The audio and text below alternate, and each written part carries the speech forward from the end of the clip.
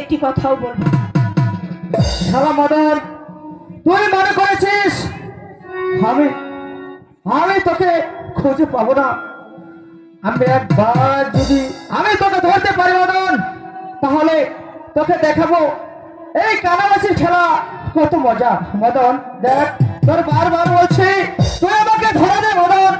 মদন দেখ, মদন এই তো এই তো এই তো আমি মদন ধরে দিয়েছি। ছাড়ো বলছি, ছাড়ো না।